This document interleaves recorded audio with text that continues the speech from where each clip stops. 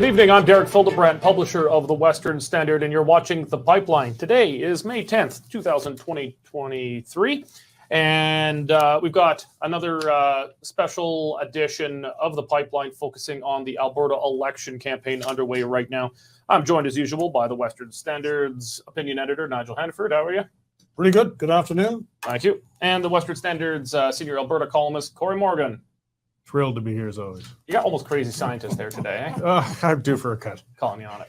We're also going to be joined by the Western Standard reporter in Edmonton, Arthur Green, and Western Standard reporters in Calgary, both Jonathan Bradley and Sean Polzer. We're going to be dealing with, there's actually quite a bit. We weren't sure what we were going to talk about this morning, but boy, the day filled up for what we're talking about today. NDP candidate in Edmonton, Rod Loyola, been known for dabbling with communism in the past. Photos have emerged exclusively to the Western Standard of Rod Loyola marching in a Communist Party parade in Edmonton. Okay for communism. So not a good look for the NDP campaign today. But the NDP is also, they've promised tax credits if your kids do stuff. If they go to, they play sports or go and dance or something like that, $500. The UCP is alleging, the UCP is alleging a conflict of interest and breaking of Elections Alberta finance rules between the Alberta NDP and several of the big unions, the Alberta Federation of Labor and the Alberta Teachers Association, claiming that there is potentially illegal campaign finance taking place and funding some of their ads.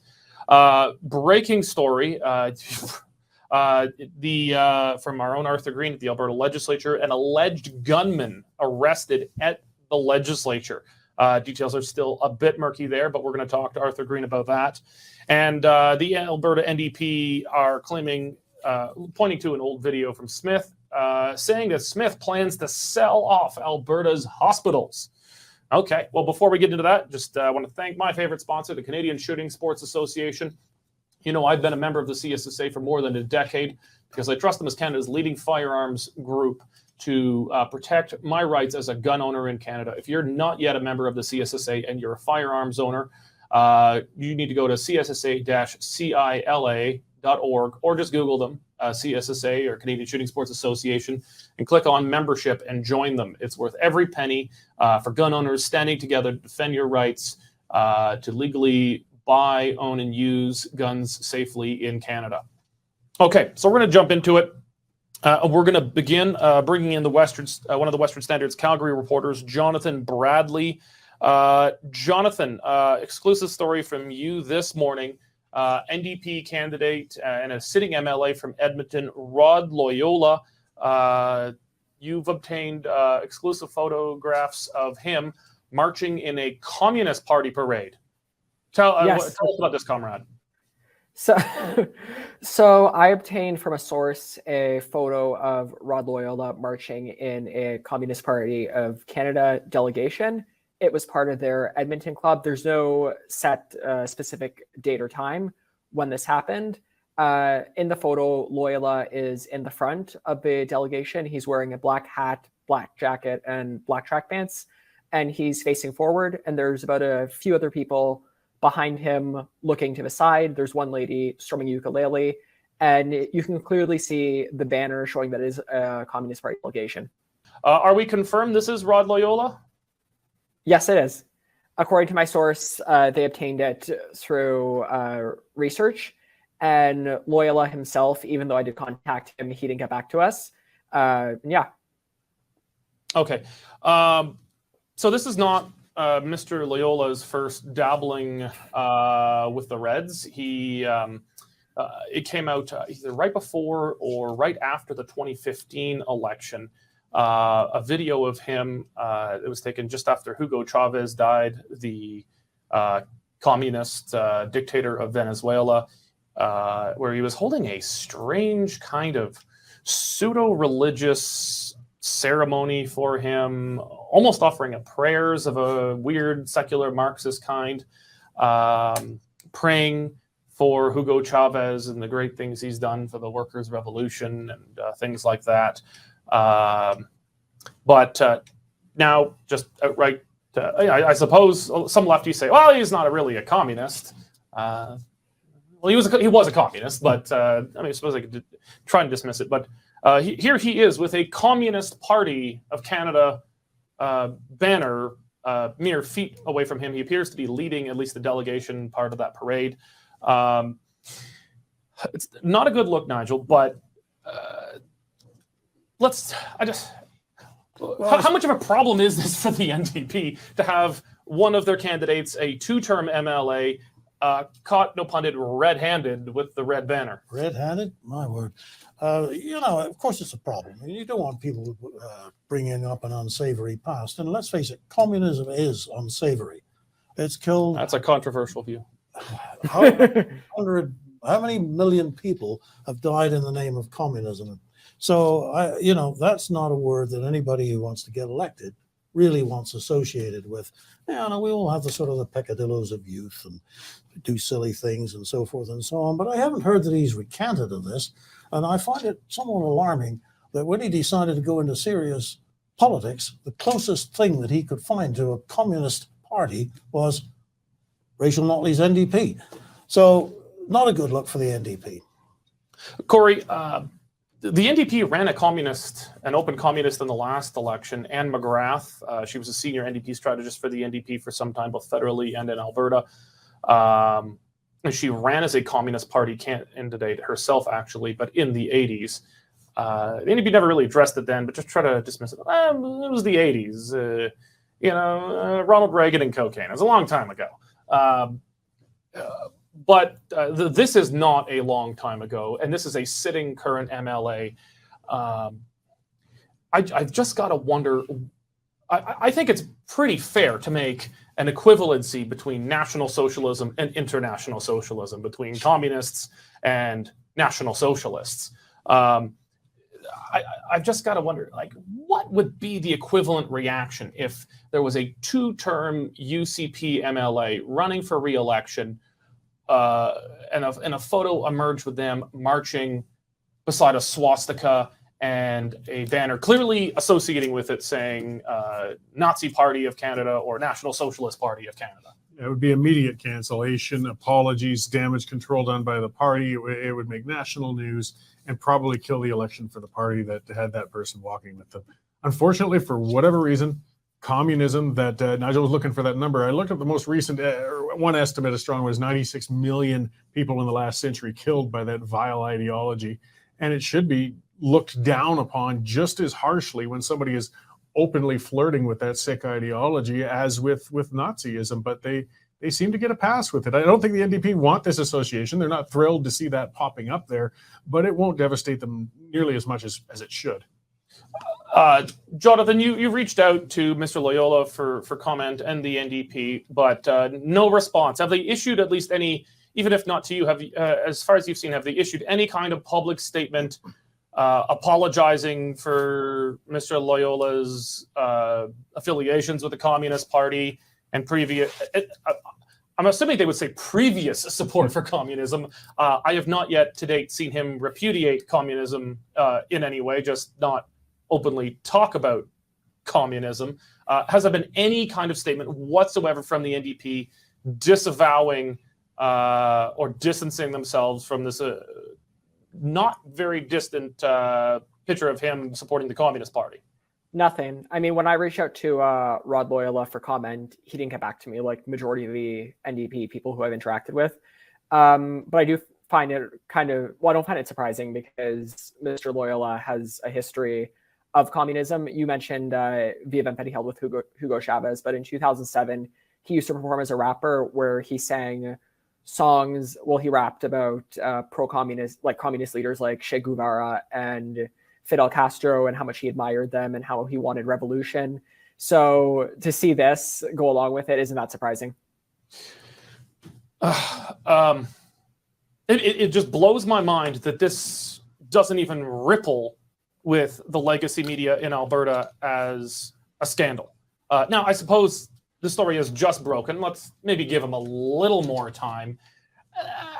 like, I think it's going to be controversial, but I think you're right, Corey, that for some reason the left does not acknowledge communism as an at least equivalent evil as National Socialism or fascism. I mean, as high as fascism and National Socialism's death toll is, communism's is significantly higher, albeit they had a longer time and bigger populations with which to experiment their ideologies on than fascism did. But there's just a total lack of acknowledgement generally on the left of an equivalency, and I think a failure by at least the majority of those, not all, but a majority in the legacy media to see any kind of equivalency. Nigel, do you think it's just that maybe a lot of people in the media and the chattering classes just see communism as like, how everyone was a communist in university? It's a passing phase, and no one should really have to apologize for it. It's like, if a picture came out of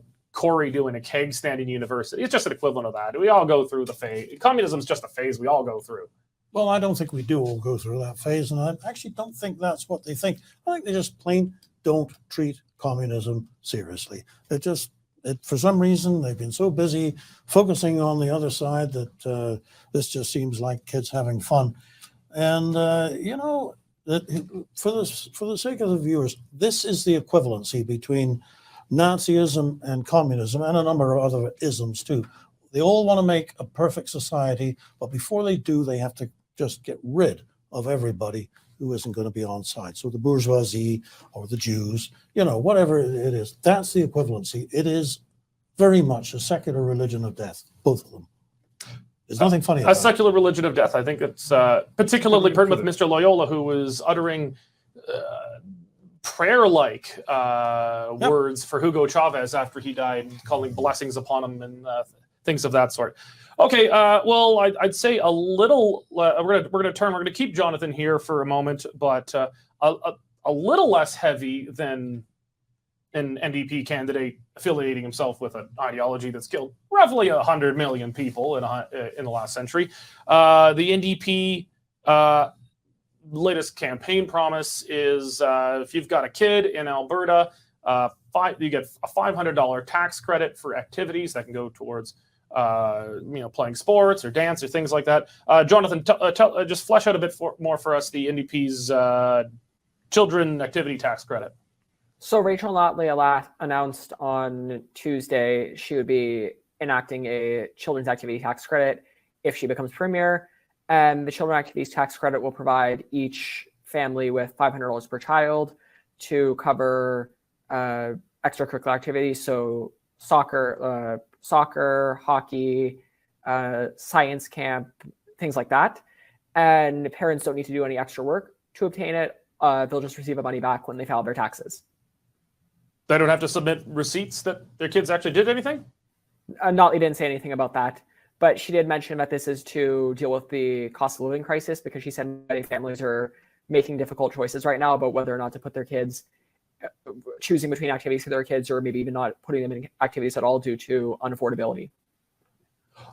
It's not as bad as just handing cash. I mean, tax credits are, I suppose, less terrible than just direct subsidies, but it is still a form of subsidy. But you and I were chatting about it this morning. It sure sounds very Harper-esque. We remember I was the Canadian Taxpayers Federation during most of Stephen Harper's time in government, and I was so frustrated that he just wouldn't generally cut taxes on a broad basis. It was always these boutique tax cuts. That was a term that came into the Canadian Parliament during Harper. He had, I think, a children's activity or sports tax credit. And, we joke when I was at the CTF that Harper was going to bring in a tax credit for kids between ages 7 and 8 who have green eyes and are left-handed. That it was these hyper micro-targeted tax cuts. The point of which was not actually to improve anything, but to target specific demographics of voters. And this seems to be the same kind of voter that Rachel Notley's going after. Soccer moms, soccer dads, kids with people with young kids, middle class. That makes up a huge proportion of Calgary. And that's people who have generally leaned voting conservative in Calgary, but conceivably could vote NDP. Smart politics, or Well, I think in the Harper days, that was very much the new fascination with aggregating data. We've never been able to do that before. So the people who knew how things were done said, we can tell you down to the street level exactly where our supporters are, and we can target them. And they could, to some degree. And so the whole business, all of these little boutique tax credits came out in that spirit. I think a lot of us who were a bit more doctrinaire didn't like it, but anyway, it was done. And I guess the proof of the pudding, if there is one, was in the 2011 election. So maybe that worked for Harper. But I do think that when you are doing those kinds of programs, you have to make sure that it is actually people who could vote for you, might vote for you, who you're targeting. And I'm not sure that in Ontario, there were a lot of people who were leaning conservative, and that was just one more reason to vote conservative. Here in Alberta, and especially here in battleground Calgary, I'm not sure that that's actually what is going to tip the scales for the NDP at all. It seems to me that that's still kind of a conservative thing. Well, I'd argue that it's a conservative thing. It's targeting perhaps conservative voters, but it's certainly not a conservative policy. No, it's not conservative. If Harper does it or Rachel Notley does it, no. That's not philosophically but conservative. it targets but conservative it's conservative voters who are more likely to respond to that. But Cory, I'm not so sure. It is targeting a key swing voter demographic. Young families with kids, middle class. I certainly would agree with Nigel that very few people in Alberta are going to make their decision, go into the ballot box and saying, I want the children's activity tax credit. That's not going to be it. People make decisions on a whole aggregate of issues, but it is a shiny little one that is pretty tangible to people. As far as NDP policies go, it's not half bad. Young families are having a hard time. We've come through COVID where kids have been locked in their houses and in the habit of playing video games. I mean, things to help induce and get them out doing some sports and dance aren't necessarily that bad. And to be honest, it is still a subsidy, but if there's going to be one, I prefer to see tax credits over a blank check being handed out. I'm going to presume being tax credits means they expect some receipts or something. I mean, there's always room for abuse with these programs, but it's kind of a relatively pragmatic sort of policy move by the NDP. And certainly, looking to get those traditional, maybe just to get another toehold in on that support. I think parents are just going to spend it on beer and popcorn. Well, where have I heard that before? We used to play street hockey and soccer on the grass. So I don't know. Giving people a tax credit to go out and. Well, when we were young, we weren't competing with phones that had a plethora of games or porn or God knows what else that keeps kids locked in their houses these days. So that's for sure. Yeah. Okay. Thank you for joining us, Jonathan. We're going to switch up to Arthur Green in Edmonton. Arthur, you're one of the few lonely reporters still sitting around the legislature right now. And you had, quite a morning. An arrest of an alleged gunman at the legislature. I know details are fairly hazy, but fill us in best you can about what's happened. Details aren't hazy now, Derek, because I just got an email from EPS that very second. So I am told at approximately 11:40 a.m. today, EPS downtown branch patrol members responded to a call for assistance from the Alberta Sheriffs for a weapons complaint here at the Alberta Legislature. It was reported to police that a male was spray painting a message on one of the columns on the north steps of the legislature when he was confronted by construction workers in the area. The male is alleged to have picked up a firearm from the steps and pointed it at the workers, warning them to leave him alone. The workers quickly fled the area and Alberta sheriffs were notified. Sheriffs subsequently confronted the suspect on the front steps of the legislature, instructing him to lie down on the ground. The suspect then complied and was taken into custody by the Alberta sheriffs. Police then arrived on the scene and took custody of the male suspect. Two firearms, one of which was loaded, were found in his possession of the suspect, and the 59-year-old male is facing various firearm-related charges, and it was quite scary, Derek. But you were there as he was being hauled away, right? You got some video of it. That's correct. I had just exited the Cory Morgan show, and I noticed police cars, and an employee said there's a man in the building with a gun. I quickly headed outside.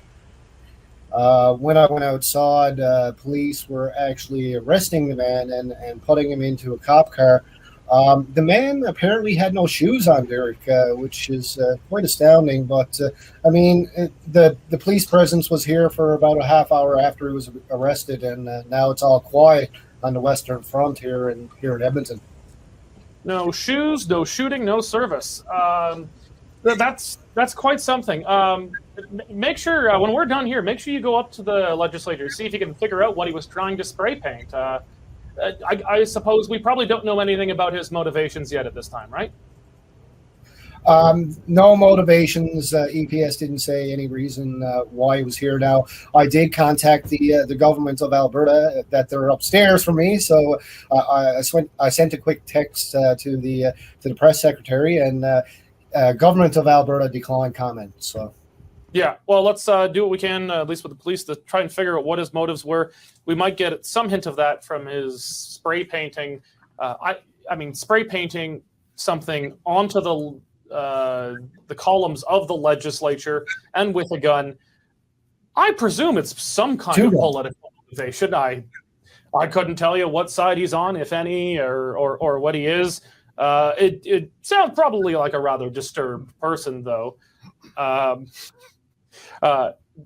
guess there's not much to go on yet. We don't know Honestly, what side this guy thinks he was on. Just be happy. I mean, that had potential to be really, really bad, though. I mean, if this guy had loaded firearms, that could have turned a hell of a lot uglier. Well, he had one loaded firearm. The other one was unloaded. Okay, certainly enough to really harm somebody. So, for whatever it's worth, at least this is ended. I mean, I don't know if his intention was to shoot anyone at the legislature. He certainly brought them to potentially shoot, but if his intention was to shoot at the legislature, this is the worst possible time to do so, because every single politician at the legislature is out campaigning. In fact, they're not even technically MLAs during an election period. All the political staff, they're out campaigning. The legislature right now is like cleaning staff. Pardon? And Arthur. And Arthur and the sheriffs. I mean, yeah, there's no one there. I don't know. Some people, say they take politics seriously, and some people don't. This guy is obviously not even aware. I'm guessing is not even aware there's an election on. Otherwise, why would you go to the ledge? Well, maybe he knows there's an election. He just thinks that they would be there. I mean, and in most of the year, there's a chance someone would be there. Okay, that's fascinating. Okay, Arthur, we're going to switch gears here. Today, the UCP released a second letter to Elections Alberta alleging that the NDP and certain union bosses are potentially violating campaign finance law. Why don't you fill us in on what the allegations are, what this controversy is? So basically, the UCP is calling for an investigation into the Alberta NDP's dealings with provincial union bosses. So a letter was sent on Wednesday regarding possible violations of Election Finances and Contributions Disclosures Act. The letter basically questions Rachel Notley and the NDP relationship with the union bosses and its ongoing election activity. Now, the executive director of the UCP said the law is clear. Affiliated with third parties are prohibited from undertaking advertising to benefit the NDP or any other party. But evidence actually shows this is happening right now here in Alberta. Okay, and I suppose some of this hinges on, we know that these unions are advertising. We know they're very clearly pro-NDP. They, in fact, some of them, at least like the Alberta Federation of Labour, have automatic seats on the NDP's executive council across the province. But some of this hinges on where the money comes from. Correct me if I'm wrong here, Arthur, that they're not allowed to use existing funds in the union, that it has to be, it can't be just the money that comes from the dues paid by union members and other revenues, but it has to be from donations from individuals to the union specifically for advertising during a campaign. And so tell me, Arthur, is it the UCP is saying that they believe the NDP is not using just donations for advertising, but that they're using existing funds from union members' dues. Is that what they're alleging, or just that they're worried it might be happening? That's what I understand. That's what they're alleging. I mean, they said the election period has commenced, and it's imperative that Elections Alberta take immediate action to investigate this, because, again, those attack ads that are being ran against Smith by the unions, they're claiming are being paid by these funds. So, you know, in the letter, they asked for some requested actions. One being that, you know, they want Elections Alberta to confirm the advertising expenses incurred by these NDP affiliated organizations will count towards the NDP's expense limit for the election period. We know that there's a certain amount of money that you're allowed to spend during an election period. And apparently the UCP says that with these provincial unions and the cost of these ads, that is violating those expenses. Corey, I mean, it is no secret of any kind that the NDP is directly plugged in with the union bosses in Alberta. You know, AFL has seats directly on EP's executive, and there are certain connections within the NDP's constitution that gives some of these unions special privileges within the NDP. That's holdover from the 1930s and the Canadian Commonwealth Federation and these kinds of things. The current boss of the Alberta Federation of Labour, Gil McGowan, an open Marxist, he has made no secret of his support for Rachel Notley in the NDP. He even ran for the federal NDP once, unsuccessfully. But it's not a crime for them to be supportive of the NDP. Actually, I suppose none of this is technically criminal, but it's provincial statute, so it's not against the law to be for them. But what is the risk for the NDP here? Because these kinds of investigations move very, very slowly. I highly doubt that Elections Alberta is going to come out and spank them in the middle of a campaign. No, they're not going to sanction them at this point. And as I kind of said before the show, I lodged a similar complaint 4 years ago over the similar problem. And Elections Alberta looked into it, and they got back to me, I believe, 2 or 3 months after the election to tell me that they hadn't found any problems with it. So I think the UCP knows that as well. I mean, it does stink, and it's just kind of reminding Albertans how closely tied these groups are together. But I don't think they realistically expect anything to actually happen in the next 10, 12 days. I don't know why you would have filed a complaint. You were seeking an NDP nomination 4 years ago. Well, I was still annoyed they declined me. We're going to bring in another one of our Calgary reporters, Sean Polzer now. Sean, the NDP held a press conference today where they did the big unveil of the latest Danielle Smith controversy video. I think, in short, the NDP are taking from this video that Danielle Smith says she is going to sell Alberta's hospitals. Tell us about it. Well, it was another one of those WTF moments when they actually spun the video, because that's not exactly what she said. She was talking on a speech and from 2021, and it was basically a proposal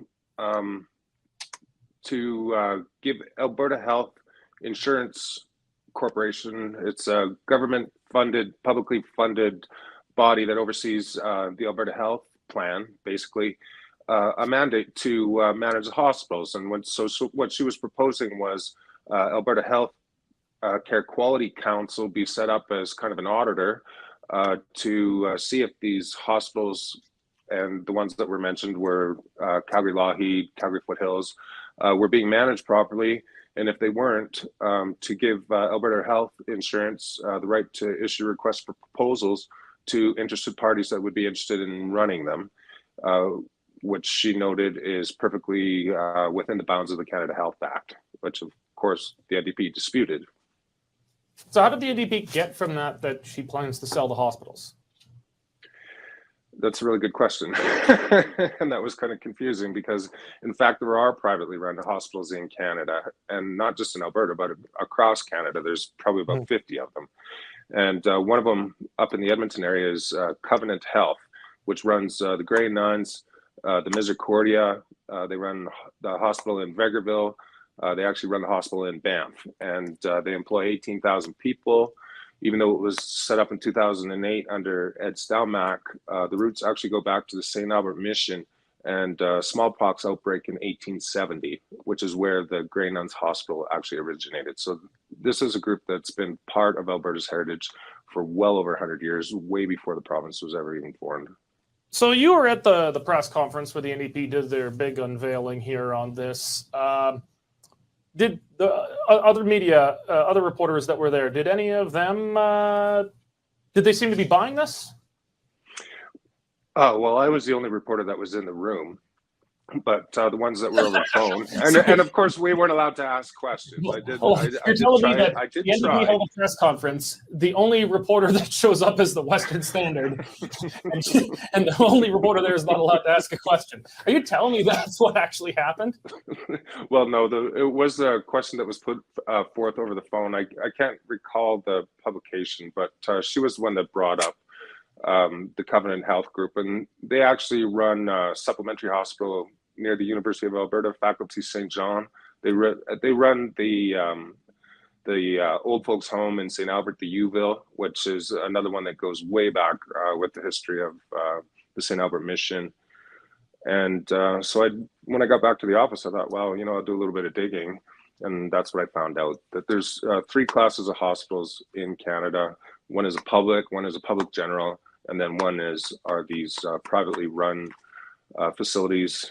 They can be sports clinics, they can be the eye surgery things, which are technically considered hospitals, but most of them are actually run by religious groups. And the oldest one in Canada was founded in 1632, I believe, in Quebec City, from the Misericordia Sisters of the Misericordia. I'm not clear on the order, but it is still in operation today. It is the oldest, longest continuously operating hospital in Canada. So let's start with you, Cory. I'm getting over the fact that Western Standard is the only reporter to actually show up to an NDP press conference, so they take 0 questions from the press. I don't know. I think the NDP, they got some mileage out of the Smith video released, I think, yesterday, saying, where Smith was talking about the How to Make a Dictator Netflix series, talking about people's compliance with dictators and obviously Hitler.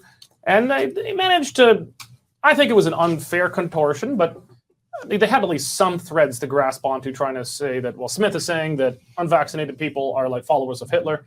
I think that's an extreme stretch. It's not what she said, but I could at least see how they could make the case for it. This one seems to be a bit tougher. This is outright BS. As soon as I saw it on social media, and of course I was like, oh, what have you done this time? I thought I'm going to listen to it and she'll have said some sort of, blue skying and talking about we could sell it and buy something else. And I listened to it twice and she never once uttered anything of the sort. It was a gross interpretation of talking about potentially bringing private management of a hospital in. No hospital sold anywhere. And as you said, there should be more press following them and calling them out on that, because they're playing their games of gotcha. And Lord knows Premier Smith likes to give them lots of ammunition to work with. But to have to go above and beyond and outright fabricate stuff that she said now, they should be harshly criticized for that. Yeah. Well, Nigel, you've got a column on what I was just talking about. The NDP kind of moved it together. Again, at least there were threads they could connect. I don't think it was a very fair connection, but I mean, all is fair in love, war, and politics. But I think the error there was that Smith apologized for it. I think she just wanted to get it over with and move on. Yeah. But when you apologize for something, you might make the story move on, but then you kind of make it an established fact that, yes, you did do that thing, even if she didn't do that thing. Do you think it was a smart move for Smith to apologize for it, just to get over with it and move on? Or do you think she should have fought that one, but risked obviously making it a larger, longer lasting story? Well, I think she, I think the more people would have understood what that whole discussion was about, the more people would have said, well, that's obviously just an NDP fabrication. It's a distortion. It's a distraction. She might have gone away with that. And when I say get away with that, it sounds like there's something wrong. Well, actually, no, she was making in my view, a perfectly legitimate point about how if you have governments that like to control people, there's a way that they go about it. And the idea of frightening people and then making them turn to the government for everything is absolutely according to the way it's done. There's lots of studies on that. With this one here, I mean, all the talk is, again, it's a distraction. All the talk is about who owns the buildings. No, the issue with healthcare in Alberta, in Canada, is not who owns the building, it's who pays the bills for what goes on in the building. And so it's sort of the word smear gets overused, but it's just sort of throwing something against the wall and hoping something will stick. She has not said that she is going to allow private healthcare. I wish an Alberta government would do that, but I'm not running for office. She is, and she has not made that commitment. And she is highly unlikely to do so, I would think. So this is really just another, what are we going to say nasty about Daniel story today? Okay. Thank you for joining us, Sean. We'll switch it up a bit. Obviously, wildfires are a big issue right now. The press tend to like whoever is in office during disasters. Nenshi during the flood, everyone patting him on the back. Rachel Notley during the wildfires. Danielle Smith during the wildfires. The press seemed to like it. And I have a hard time buying it because the politicians, they're following a script.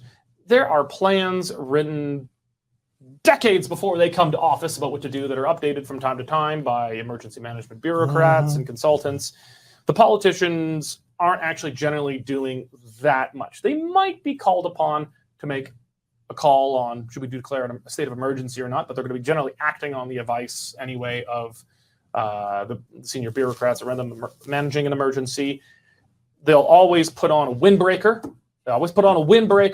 And they show up and they tour and there's pictures and it's generally going to be the same. I mean, there's the odd exception, during the Fort McMurray wildfires, Brian Jean, I remember we were in the legislature when this happened, Brian Jean just ran off through the door and drove up. And that was particularly unique because that was his home, him and Tanny Howe, and they were up there camping out and helping on the ground. That was a bit different and not following a script, but politicians generally seem to look good during disasters.